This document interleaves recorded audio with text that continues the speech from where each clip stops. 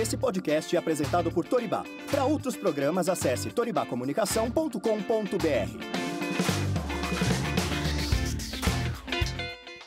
Olá, Poquezinhas e Poquezonas. Esse é o nosso primeiro episódio da Maratona Especial da Parada LGBT 2019 de São Paulo, que acontece no dia 23 de junho.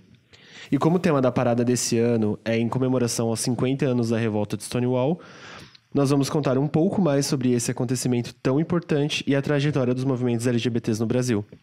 Daqui pra frente, no POC de Cultura, vocês vão escutar... vão ter todas as quintas-feiras de junho um episódio especial desse, com as siglas LGBT e participantes para falarem sobre as vivências de cada uma das letras dessa sigla. E hoje, se tem uma coisa que o POC é de cultura, não é mesmo? Porque acho que vale muito a gente entender como... principalmente esses momentos da história da comunidade LGBT no Brasil e no mundo.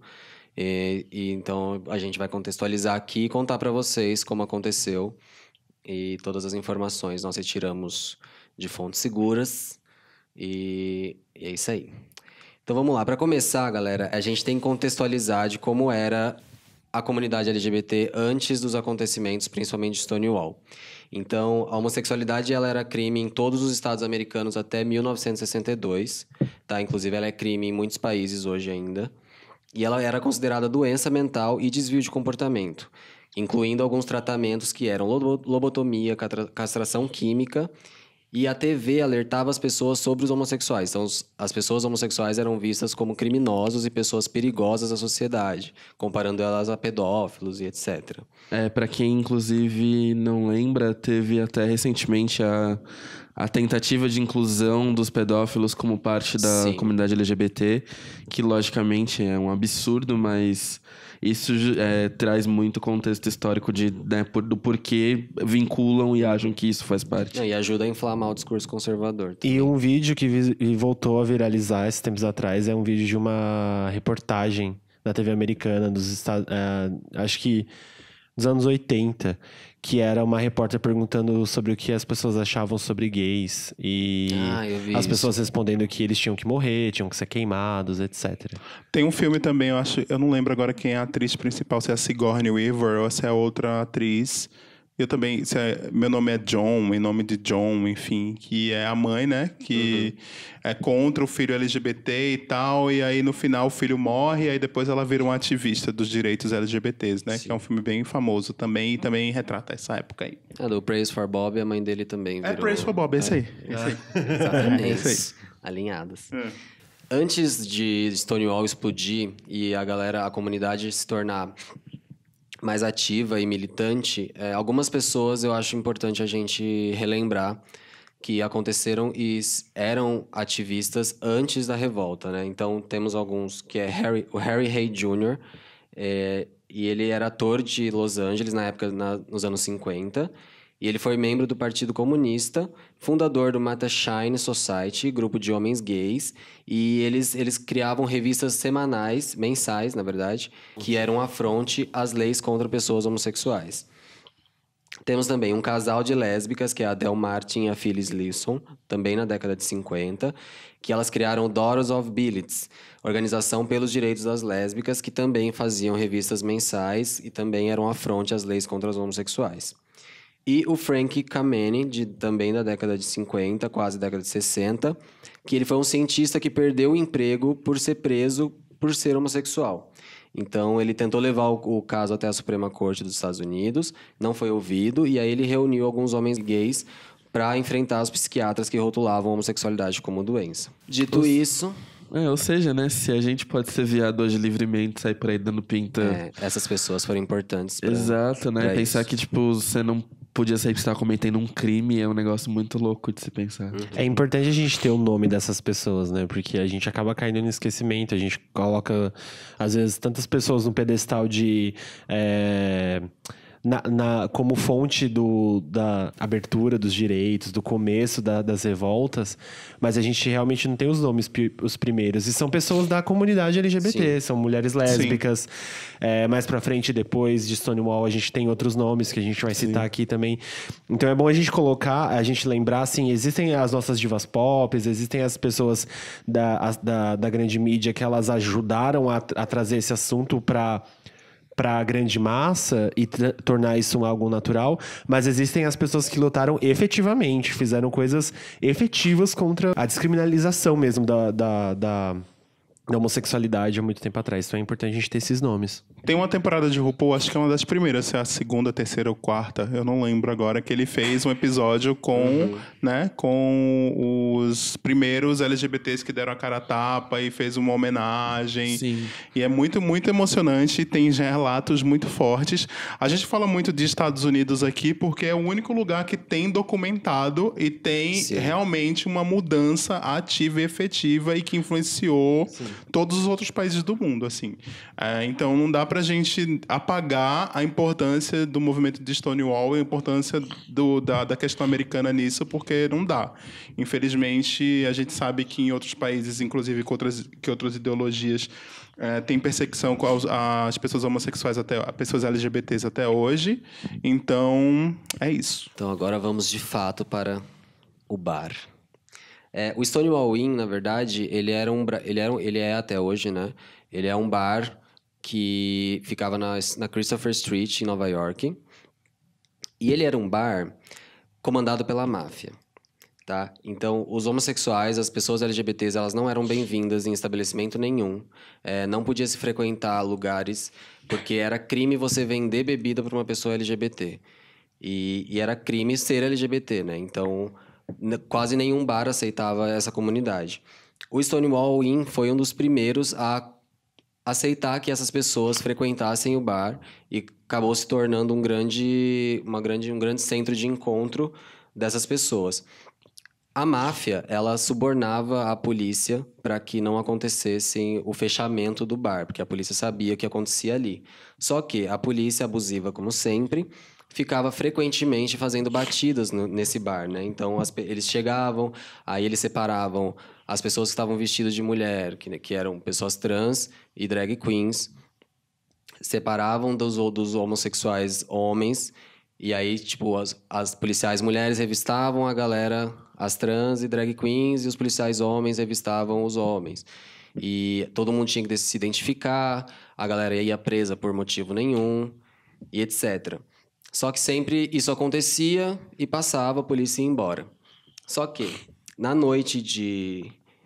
e vale lembrar também que ser preso nessa época significava acabar com a sua vida. Porque mesmo que você fosse para a cadeia e você ficasse uma noite na cadeia, isso acabava com a vida, porque o seu nome saía num dos jornais, dos maiores jornais do país, e aí você não conseguia emprego, você não conseguia alugar casa, você não conseguia fazer absolutamente nada. Então, e aí, numa noite, que foi dia 28 de junho de 1969... a polícia chegou no bar e a galera achou que ia acontecer como sempre acontecia. Porém, não aconteceu. Eles não separaram as pessoas, todo mundo teve que se identificar e todo mundo começou a ser agredido e ser preso. Uma das pessoas, que foi a Stormy Delaverry, que era uma mulher lésbica, negra, drag king, ela foi agredida e ela não abaixou a cabeça, ela revidou e deu o primeiro soco num policial. As mulheres negras sempre representando, encabeçando a revolução, como sempre. Carregando nas costas. Ela, junto com a Marsha, que a gente vai falar daqui a pouco, a Marsha P. Johnson, ela é considerada a Rosa Parks do movimento LGBT. Que Rosa Parks foi uma das mulheres que, durante o apartheid, uma mulher negra, ela se recusou a levantar do lugar no ônibus que era voltado para pessoas brancas, assim. Então, e aí a Stormy, ela deu um soco...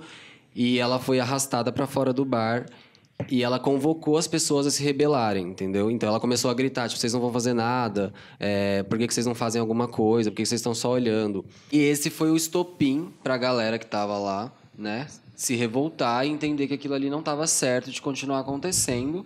Então eles começaram a atacar pedra, garrafa, tinha coquetel molotov improvisado. A galera começou toda a ir pra rua, começaram a virar os carros da polícia.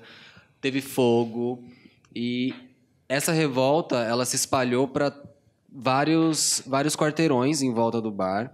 Os policiais, eles meio que foram cercados para dentro do bar.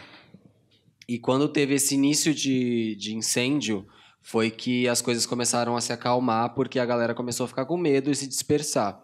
Mas, no total, foram 45 minutos de revolta e caos total. Depois disso, no dia seguinte, a boate ela colocou um aviso na porta que, mesmo destruída, ela ia abrir e ia acontecer alguma coisa ali. Isso juntou muita gente, uma multidão de pessoas foi no outro dia, porque essa chama de revolta e orgulho estava ferida e precisava ter uma vazão. Tanto que teve um poeta, que foi o Allen Ginsberg, ele presenciou tudo e ele deu uma declaração que foi a seguinte: eles perderam esse olhar de medo que todas as bichas tinham há 10 anos.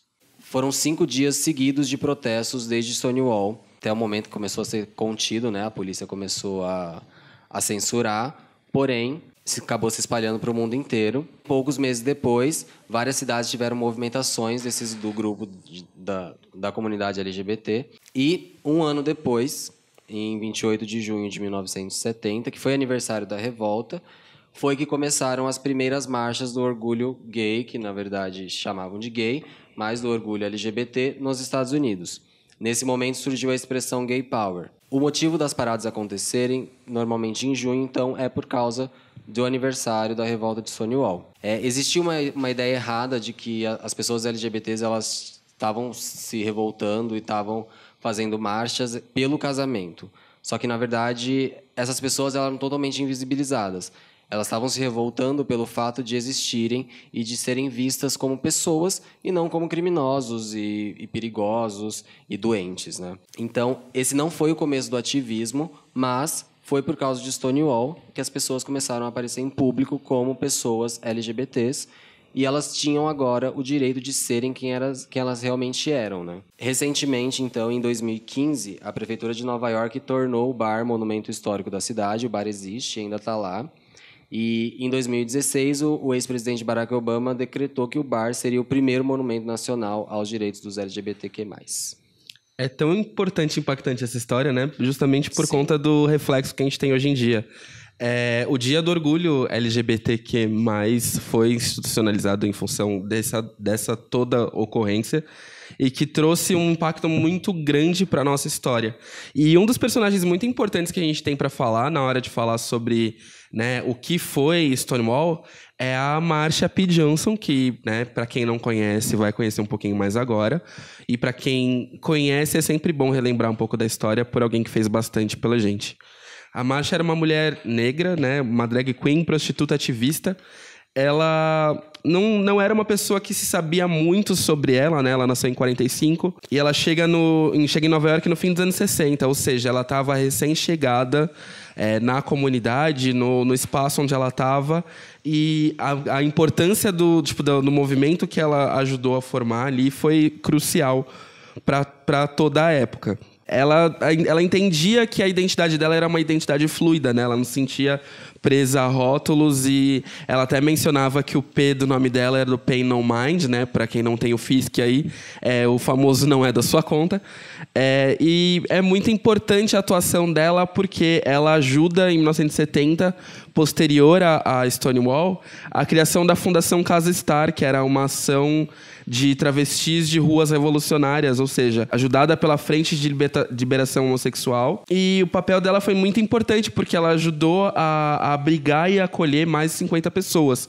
Que, né, a gente sabe que, como a gente viu nos últimos episódios, esse tipo de ação é muito difícil, né? Entendendo toda a complexidade que é fazer uma casa dessa ser funcional e atender a todas as vidas que estão presentes lá dentro. Em 74, ela foi fotografada pelo Andy Warhol. Então, quem tem a referência da fotinho maravilhosa, que é a foto mais famosa, inclusive, da Marsha, vai ter como referência essa foto feita pelo Andy Warhol, que foi da sessão de Polaroids. Tem, inclusive, para quem é de São Paulo, no IMS da Paulista tem um livro com a foto da Marsha P. Johnson. Quem quiser dar uma olhada, é de fácil acesso o livro lá, dá para dar uma conferida também. Essa foto está, inclusive, pendurada na minha casa de Moses. Maravilhosa. Heroína, Marsha P. Johnson. E um dos pontos muito importantes da militância da Marsha foi justamente falar sobre o pouco acesso ao trabalho da população trans. Ela sempre mencionava nos discursos dela sobre a importância de dar visibilidade para trans e travestis que estavam marginalizadas na sociedade e dizendo sobre a importância do trabalho, né? A dignificação dessas vidas através do trabalho. Ela, infelizmente, faleceu em 1992. Ela foi encontrada no Rio Hudson. Na época, foi presumida que a morte dela foi dada por suicídio. Mas investigando o caso a fundo, né, já que não foi uma parte feita pela própria polícia, as pessoas que conheciam ela não acreditavam nessa hipótese justamente por conta da persona ativista dela ser muito forte. Mencionaram, inclusive, buracos encontrados na cabeça dela, no corpo que foi encontrado à margem do rio. Então, as suspeitas é que isso tivesse se dado por um assassinato, por uma questão de homofobia, que a gente sabe que acontece com muitas pessoas ativistas aí que estão dando a cara a tapa na sociedade. Outra pessoa muito importante para a revolta do Stonewall e para esse início de libertação foi a fundadora da Casa Star, né, que foi a Silvia Rivera, que ela convidou a Marsha para ser uma espécie de vice-presidente.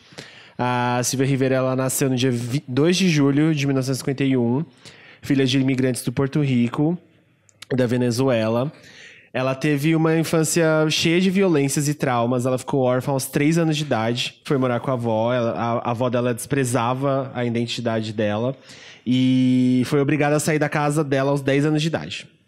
Durante toda a vida dela, ela sofreu abuso da polícia. Foi presa várias vezes, apenas por ser uma mulher trans. Ela era uma mulher trans não binária. Não binária, A Marsha e a Silvia, elas se conheceram nas ruas e se tornaram inseparáveis, se tornaram grandes amigas. E, tipo, as duas são... A Marsha, ela é muito mais conhecida do que a Silvia, mas a Silvia, ela tem uma parte muito importante na história, né? Na história de libertação dos LGBTs. A Silvia, inclusive, ela assumiu ter sido uma das primeiras a lançar um coquetel Molotov, que foi improvisado lá durante a Revolta Stonewall na polícia. Naquela época, a Silvia, ela reivindicava muito que a comunidade LGBT, ela não dava tanta importância pro T, né? Não que mudou muita coisa. Não que mudou muita coisa até hoje, nada. né? Então, em 1973, durante uma marcha, a Silvia, ela foi vaiada por cobrar da comunidade gay mais atenção às pessoas trans. E ela questionou onde estava toda aquela raiva quando se tratava de reivindicar os direitos da letra T, né? Do LGBT. A gente está aqui falando sobre a importância de cada letra e tal. E esse tipo de reivindicação, ela é muito antiga e a gente vê como as coisas ainda não mudaram, né? Se mantém atual o discurso, se mantém né? atual, E olha como são as coisas. Foram 2 mulheres trans que são o estopim pra gente estar aqui hoje falando sobre isso, né? Encabeçaram o que a gente entende como orgulho, né? Tipo, isso é muito forte. O discurso dela foi assim: você me diz pra ir e ocultar, meu rabo entre as pernas. Eu não vou mais aguentar essa merda. Eu fui atingida. Eles quebraram meu nariz, eles me jogaram na prisão. Eu perdi o meu emprego, eu perdi meu apartamento. Tudo para a libertação gay e todos vocês me tratam assim? O que diabos está errado com todo mundo? Depois desse dia, ela tentou suicídio e se afastou por 20 anos da militância, apenas continuando sua ajuda a jovens gays que não tinham onde morar. A Silvia morreu de câncer no fígado em 19 de fevereiro de 2002. Pouca gente sabe, mas no Brasil existiu um movimento, uma revolta que foi comparada ao Stonewall, que é a revolta do Ferros Bar. O Ferros Bar era um bar que era localizado no centro aqui de São Paulo. E ele era um bar frequentado principalmente por mulheres lésbicas. Então ele se tornou, assim como Stonewall, né, ele se tornou um lugar reduto lésbico. Um reduto lésbico que aconteceu naturalmente. E como não tinha grande revolta por parte dos donos, a galera foi chegando. Em 1979 surge o Grupo Lésbico Feminista, que eram mulheres do grupo Somos de Afirmação Sexual, que foi o primeiro grupo homossexual do Brasil. E elas foram convidadas para redigir uma matéria sobre lésbicas para o jornal Lampião da Esquina. O jornal Lampião da Esquina foi um dos primeiros a tratar sobre exclusivamente pessoas LGBTs. Era uma revista homossexual carioca, né? Sim. Após essa publicação, elas decidiram ir juntas e formar o primeiro grupo lésbico do Brasil, que acabou se fazendo em 1981. 2 ex-membros desse grupo criaram o grupo Ação Lésbica Feminista, que produziam os panfletos Xana com Xana, vendido em frente a esse bar. Então, elas se reuniam lá para fazer discussões e elas começaram a levar o Xana com Xana, que tratavam sobre direitos de mulheres lésbicas e denunciavam coisas, preconceitos da sociedade e da polícia. Elas distribuíam esse panfleto na frente do bar. Muito louco que toda essa revolução que a gente tem no cenário, né, desse Stonewall brasileiro é encabeçada por mulheres, uma coisa que é muito importante de frisar. E isso que é, tipo, o GALF, né, que é o Grupo de Ação Lésbica, começando a agir em 1981, que, né, é um rolê muito antigo e muito transgressor, porque a gente sabe que foi muito tempo para que, né, a gente começasse a ter direito e ter voz dentro dos espaços que a gente frequenta hoje em dia. Total. E nesse momento, então, o dono do bar começou a se incomodar com essa movimentação de mulheres lésbicas e por elas estarem, tipo, compartilhando essas publicações e incitando coisas tipo de revolta, né? Em 23 de julho de 1983, o dono tenta colocar essas mulheres para fora por venderem os panfletos, né? Elas resistiram e tiveram o apoio das outras que estavam no local. É bem parecido mesmo com o Stonewall, né? Sim. Em 19 de agosto de 1983, contra uma ordem discriminatória, entraram elas forçadas no bar e elas leram um manifesto sobre os direitos das lésbicas. Isso marcou, então, a primeira manifestação lésbica brasileira e o apoio dos grupos feministas à questão lésbica, além do apoio da mídia. Então, começou a chamar muito atenção para a questão, para o movimento LGBT, mais especificamente para o movimento lésbico, né? Por isso que dia 19 de agosto é considerado hoje o Dia do Orgulho Lésbico. A revolta e a revolução será sapatão. Sim. Eu vivo repetindo isso daí, viu? Se Deus quiser. E isso tudo maravilhosamente antes de 85, né? Que foi onde a homossexualidade deixou de ser considerada doença. Ou seja, o impacto que isso tem, o poder que isso tem. Sim. Exato. Mas e no Brasil? Como é que foi? Como é que foi a questão da primeira parada? Como é que foi essas coisas todas? A gente teve aqui um debate com o Beto de Jesus, né? Fernando Estima, no nosso episódio LGBT 50+, e o Beto era presidente da parada da Associação da Parada LGBT, na primeira parada que teve aqui em São Paulo, né? Então, vale a pena vocês irem lá ouvir também o relato dele, que é um relato bem completo também, e o Beto vai estar sempre conosco aqui, aparecendo em outros momentos. Mas como foi? As primeiras manifestações começam em plena ditadura militar, em reuniões e em bares e clubes nos anos 70, né? Nesses espaços circulavam as publicações LGBTs. Eram jornaizinhos, fanzines, panfletos que circulavam por ali, né? As boates frequentadas pela comunidade eram conhecidas como guetos. Naquele filme do Luffy, que é o Viva Paulista Desvairada, eles falam muito sobre esses guetos, né? Quais eram as boates, ali o Corinto, etc. Então, é uma boa deixa para quem quiser se saber mais sobre isso. Isso relaciona também com o que a Rita falou do pessoal do Corinto e da cena LGBT que acontecia há muito tempo atrás. Sim, exatamente. E dessas publicações, as precursoras foram o Lampião da Esquina, que foi um jornal fundado em 1978. Foi o primeiro jornal com temática LGBT de circulação nacional.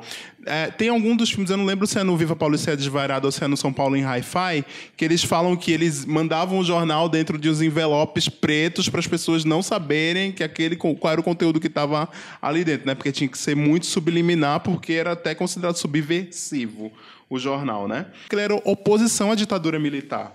E ele denunciava abusos às pessoas LGBTs e também como a prisão de mulheres lésbicas que aconteceram em 1980, como o José estava falando. E ele ficou muito famoso, uma edição dele que denunciava a Operação Sapatão, que foi uma operação que aconteceu nos anos 1980 pela Polícia de São Paulo e depois ela seguiu reprimindo as pessoas trans e travestis, né?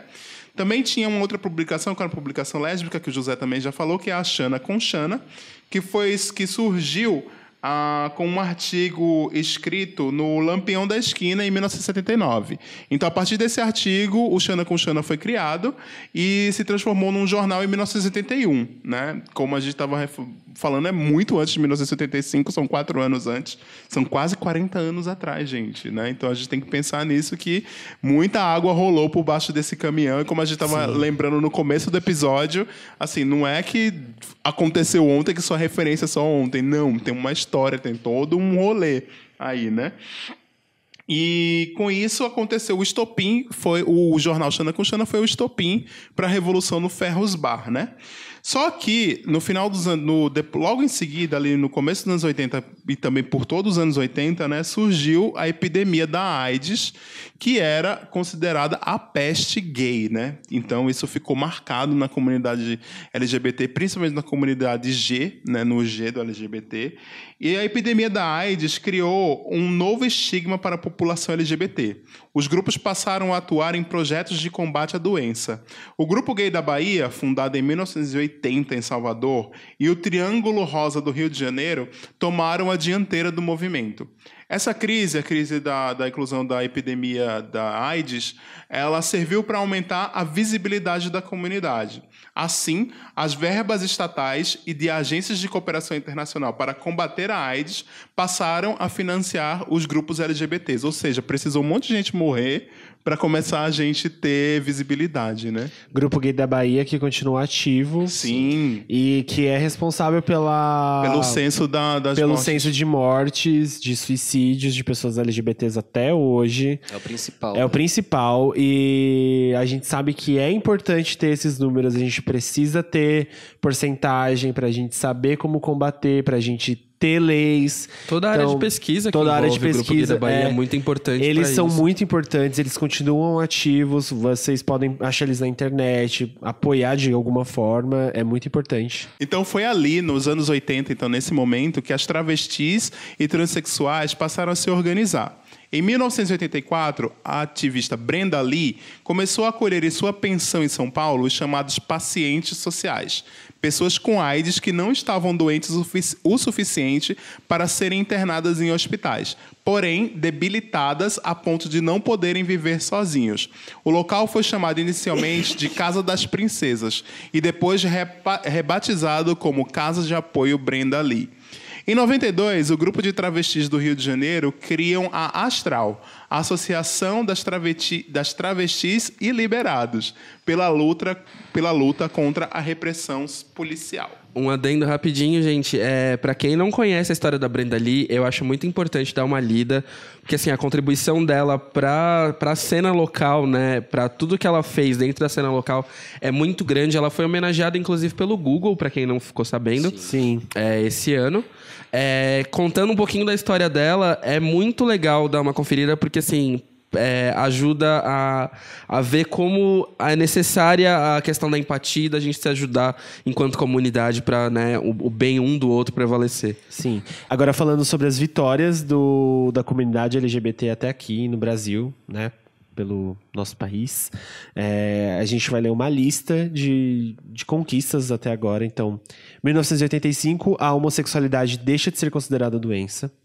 Em 1995, a Associação Internacional de Lésbicas, Gays, Bissexuais, Trans e Intersex realizam a 17ª Conferência do Rio de Janeiro, que termina com uma pequena marcha em Copacabana. Em 1996, em São Paulo, um ato na Praça Roosevelt reuniu cerca de 500 pessoas reivindicando direitos. Em 1997, acontece na Avenida Paulista a primeira parada do orgulho LGBT em São Paulo, antigamente conhecida como Parada Gay, que reuniu 2.000 pessoas. Em 2002, a autorização do Conselho Federal de Medicina para os processos de redesignação sexual do sexo masculino para o feminino. Em 2008, o tratamento passa a ser oferecido pelo SUS. Entretanto, a fila de espera pode durar mais de 20 anos. Em 2009, o nome social pode ser utilizado no SUS. Em 2010, é aprovado o processo Redesignação do Feminino para o Masculino, também sendo oferecido pelo SUS. Em 2011, a união civil estável entre pessoas do mesmo sexo é reconhecida pelo STF. Em 2013, É permitido pelo Conselho Nacional de Justiça o casamento civil homoafetivo. O nome social pode ser usado em níveis federais, estaduais e municipais, valendo para órgãos públicos, instituições de ensino e empresas estatais. 2018, transgêneros são autorizados a alterar em cartório o nome e registro de sexo presente no registro civil. 2019, a Organização Mundial de Saúde oficializa a retirada da transexualidade da lista de distúrbios mentais. Cada país terá até 1º de janeiro de 2022 para se adaptar à nova medida, né? Muito atrasado, 2022, ainda são 3 anos para frente. Ainda, né? Foi muito tempo para conseguir isso e ainda em 2022, né?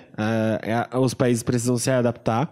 23 de maio, mais recente, como a gente já falou aqui, a gente acompanhou esse processo ao vivaço. Por maioria do STF, a homotransfobia passou a ser considerada crime equivalente a qualquer discriminação de raça, cor, etnia, religião ou procedência social, com pena de 1 a 3 anos de prisão sem fiança para quem violar a lei. A gente acompanhou isso ao vivo, a gente viu o processo. Mas ainda vai a julgamento agora, dia 13, né, de junho. Mas eles estão tentando postergar, mas é impossível perder, porque a maioria já foi. Né? Sim, mas enquanto eles não... bater o martelo. Né? É que enquanto eles não baterem o martelo, não terminar o julgamento, não vira regra. Então ainda estamos no limite. É importante a gente lembrar que isso acaba sendo esse negócio de postergar, tal.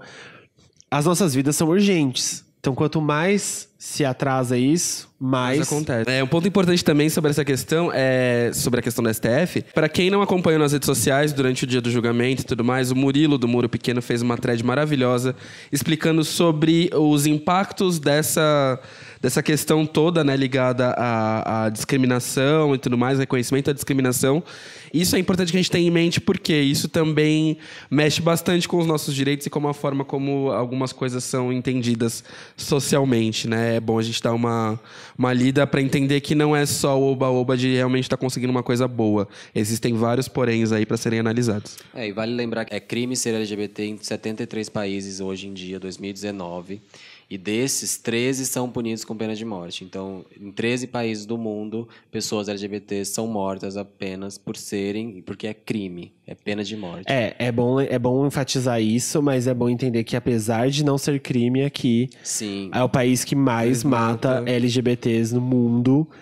Um LGBT, eu não sei qual é a cada 26 horas, se eu não me engano. Não, eu acho que já tinha diminuído para 19. 19. A última vez. O que é pior ainda. O que é pior ainda, exato. Então a gente tem que... Existem a parte dos direitos, mas a gente tem que ainda lidar com esse tipo... O conservadorismo, apesar dessas conquistas, a gente precisa ficar muito de olho, porque tudo é muito movido a poder, a jogos. Então a gente precisa ficar atento, porque é tudo uma manobra. Tá? Não vamos deixar de comemorar as coisas boas, claro, é um avanço, mas a gente precisa estar sempre de olho, infelizmente ainda, até o dia que não precisaremos mais, né? Enquanto lutamos pela adoção, a gente tem que lembrar disso, pela adoção, casamento.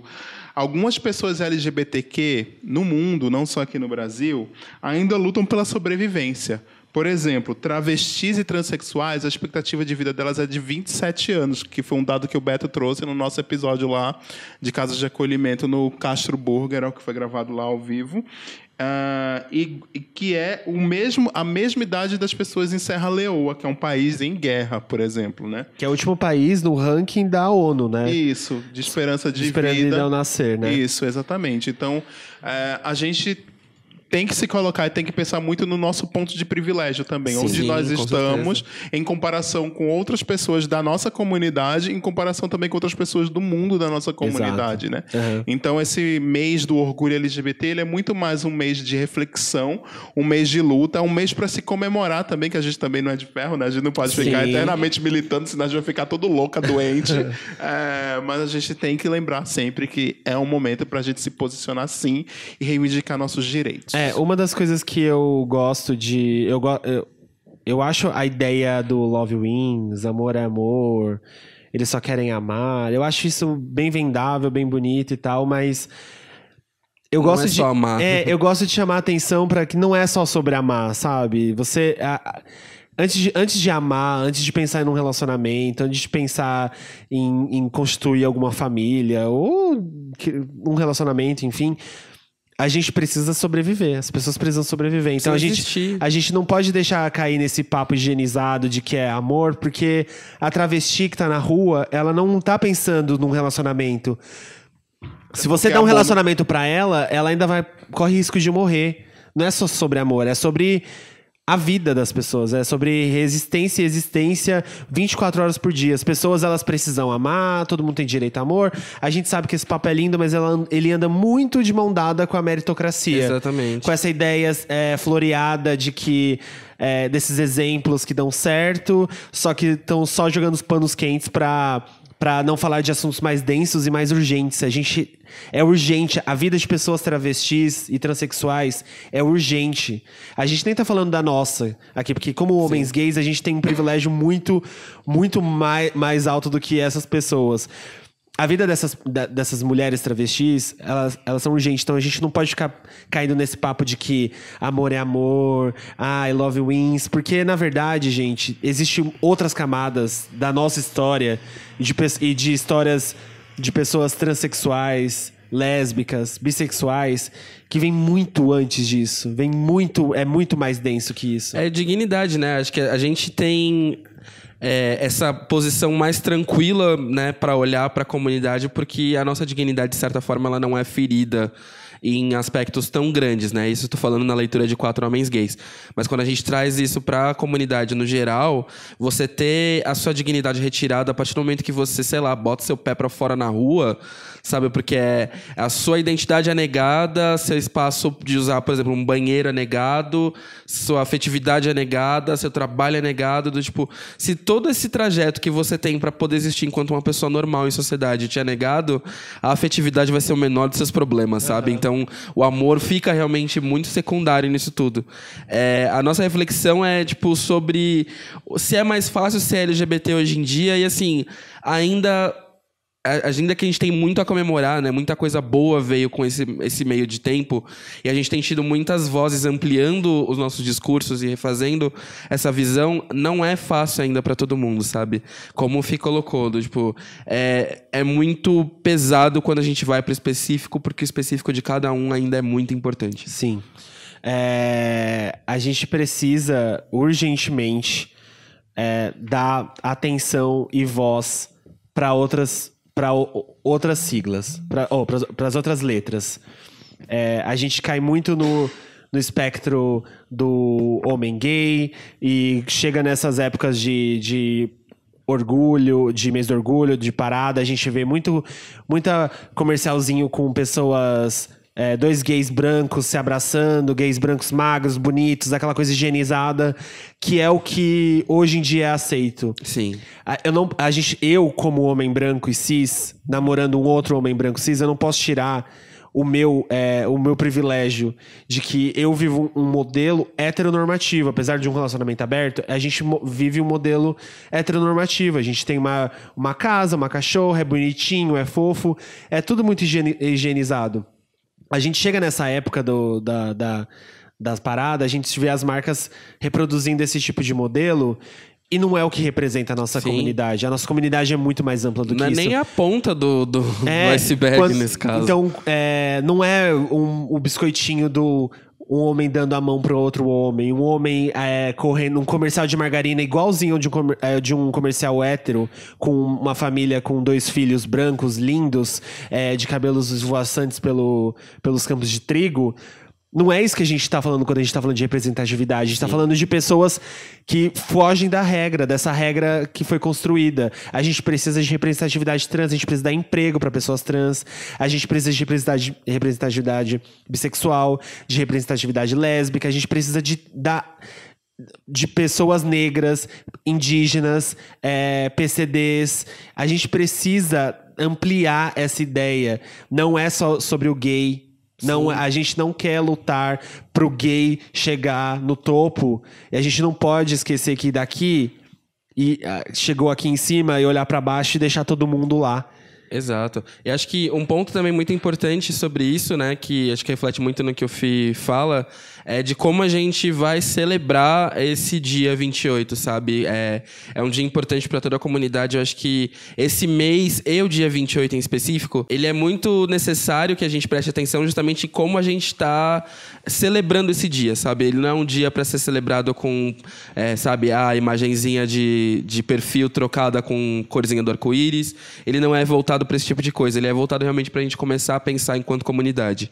Existe uma necessidade de organização, existe uma necessidade de movimentação e articulação para que a gente se fortaleça enquanto comunidade. Então, assim, compartilhem notícias importantes sobre a comunidade, compartilhem estatísticas sobre a comunidade, visões que ampliem a noção do que as pessoas têm do que é a comunidade LGBT e não só demonstração de afeto e carinho, porque é óbvio que a gente precisa disso e que a gente tem isso, mas isso não é a ponta do iceberg do que a gente precisa comentar. Existe muita necessidade da gente falar também sobre a luta. Ajudem instituições próximas de você. Você não precisa ajudar a instituição mais famosa, a ONG mais famosa LGBT. Até porque ela talvez... tem até um excesso de atenção. Ela tenha mais dinheiro do que ela precisa, muitas vezes, enquanto tem várias casas e vários lugares que estão passando necessidade, que estão prestes a fechar e a gente está invisibilizando porque a gente quer estar no comportamento de matilha, vamos dizer assim, junto com todo mundo, sabe? A gente precisa olhar para essas pequenas casas, essas pequenas ONGs, porque o trabalho, gente, você ajudar aquela instituiçãozinha do interior do lado da sua cidade faz muito mais diferença do que você doar dinheiro para uma ONG que é gigantesca. Ou faz para os dois. Existem várias formas de ajudar. Você pode começar uma ONG, você pode começar um trabalho voluntário, você pode não reproduzir nenhum tipo de comentário ofensivo para pessoas transexuais, acolher essas pessoas, respeitar a conversa com elas, não tratar elas igual sub-raça. Aproveitando ainda, não reproduzir nenhum tipo de normatividade dentro dos assuntos. A gente está muito acostumado a falar os discursos em sociedade que pautam muito a vivência hétero, seja pelo casamento, pela relação e tudo mais. Também trazer o entendimento de que a gente pode pensar fora dessa caixa. Sim. E que é importante que a gente entenda que a gente está fora dessa caixa, sabe? A gente é meio que colocado a duras penas para fora dessa caixa e custa entender que a nossa vida existe justamente por ser fora dessa caixa. Trazer isso como cultura também é uma responsabilidade nossa para as pessoas. Exato. É isso, gente. Eu acho que esse é o nosso primeiro de todos os episódios dessas quintas-feiras, né, da Maratona LGBT que a gente está fazendo aqui no POC de Cultura, que vai culminar no episódio especial da Parada LGBT, que a gente vai ter lá na Parada LGBT, estaremos por lá, mas a gente vai deixar de surpresa para vocês, tá? Para vocês. E todas as referências que nós usamos para esse episódio estarão lá no pocdecultura.com. Isso. Assim como indicações de coisas para vocês se informarem e conhecerem mais da história bem mais a fundo do que esse episódio. Eu vou deixar algumas aqui mais rápidas, que são mais fáceis de acessar, que é a Revolta de Stonewall, que é um doc produzido pela GNT, tem completo no YouTube. Tem The Real Queens and Kings of Stonewall, também no YouTube completo. O que aconteceu ontem, um vídeo muito legal do canal das Bi. Before Stonewall, que é um doc, também você encontra fácil na internet, inclusive no YouTube. Esses docs todos de YouTube, gente, dá pra colocar legenda e ler, então não tem problema pra quem não entende inglês. É só questão de boa vontade mesmo, hein? O filme da Marsha, da Netflix, que é A Morte e Vida de Marsha P. Johnson, que é maravilhoso. O livro Na Trilha do Arco-Íris, que também fala sobre os movimentos LGBTs. E visitem a Casa Brenda Lee, aqui em São Paulo. Visitem o site, conheçam mais e procurem saber. Procurem saber sobre a Casa de Acolhida nos estados de vocês que não estão no eixo Rio-São Paulo, Sudeste e tudo mais. Tem bastante lugar fazendo coisa foda por aí afora. Basta a gente conhecer, né? Depois do episódio da gente do Castro, uma pessoa do Rio veio perguntar: será que aqui no Rio tem Casa Acolhida? E fui eu que respondi lá no nosso Instagram e disse: sim, tem, com certeza. Pode procurar que, com certeza, elas estão precisando de ajuda. Pode ser qualquer tipo de ajuda, desde financeira até você ir lá dar um abraço nas pessoas, entendeu? Acho que o recado final é procure saber, né? Sim. A gente precisa de informação e a informação é libertadora. A gente precisa sair dessa prisão que a gente vive normativa e começar a olhar para o lado e ver o que as outras pessoas estão passando. A gente tem, como pessoas LGBTs, nós temos os nossos próprios demônios. Sim. E a gente precisa combater eles, só que a gente precisa também dar a mão pro outro e pedir ajuda e ajudar. E a gente só vai conseguir sair dessas estatísticas, a gente só vai conseguir adicionar vitórias e mais vitórias naquela lista e deixar ela mais extensa se a gente começar a agir como comunidade. Sim. De verdade. A gente tá muito desunido ainda. A gente pode melhorar muito como time. E se a gente se unir, vai ser imbatível. E é isso aí. O movimento negro me ensinou uma coisa muito importante sobre a necessidade de se aquilombar, né? Porque se aquilombando a gente começa a entender o que acontece com o outro de uma perspectiva muito mais próxima e começa a pensar enquanto grupo para começar a resolver essas questões também enquanto grupo. Eu acho que é o que eu desejo para a comunidade LGBT nesse período, né? Que a gente comece a entender a importância de se aquilombar, sabe? Entender como esses quilombos, inclusive, funcionavam antigamente, né? Como resistência de uma cultura, de uma expressão, de uma necessidade de se manter viva uma identidade muito forte. Então, assim, é essa mensagem que eu acho que a gente precisa ter no final, sabe? É aprender a se juntar. Porque a gente conquistou muita coisa com sangue, com choro, com morte, até para chegar até aqui e desistir, sabe? Sim. Não dá para ir separando agora, nesse momento que a gente tá quase lá. E não dá pra achar que tá tudo já conquistado, né? Não. Como a maioria que escuta a gente são bastante homens gays, a gente não venceu nada sem pessoas trans, sem mulheres negras. A gente acabou de ler isso aqui, né? Exatamente. A gente precisa olhar pra trás e saber que a gente tem tudo isso e não foi... Foram elas que encabeçaram a porra toda, sabe? E a gente precisa... A revolução vai ser sapatão. A gente precisa nem só retribuir isso, mas a gente precisa continuar conquistando isso pelas outras pessoas. Vamos parar com essa síndrome de chaveiro, de hétero, de achar que faz parte da comunidade heterossexual, porque a gente não faz. A nossa comunidade, ela tá precisando da gente. E não é porque a gente conquistou agora alguns direitos que a gente tem que ficar pra trás e deixar que eles se resolvam. Não é assim. A gente precisa dar a mão pras outras pessoas. A gente é diferente, é lindo ser diferente. Isso. É isso, gente.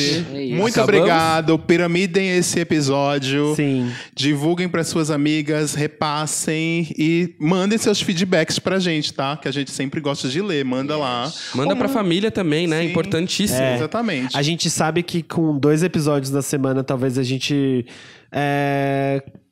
espalhe um pouco da audiência, mas então, e é por isso que a gente precisa que esse tipo de episódio ele vá pra frente. Então, como o Hilário disse, piramidem ele, porque é um projeto que a gente tá fazendo mesmo pra get information, sabe? Tipo, a gente precisa...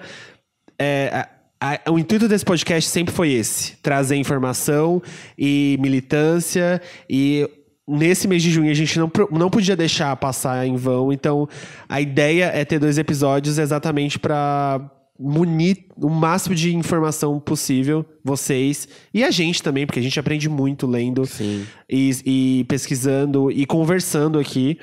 Então a ajuda de vocês para divulgar isso é muito importante. Exatamente. Beijo, pessoal. Beijo, gente. Beijo. Semana que vem. Terça-feira tem episódio. Tem episódio.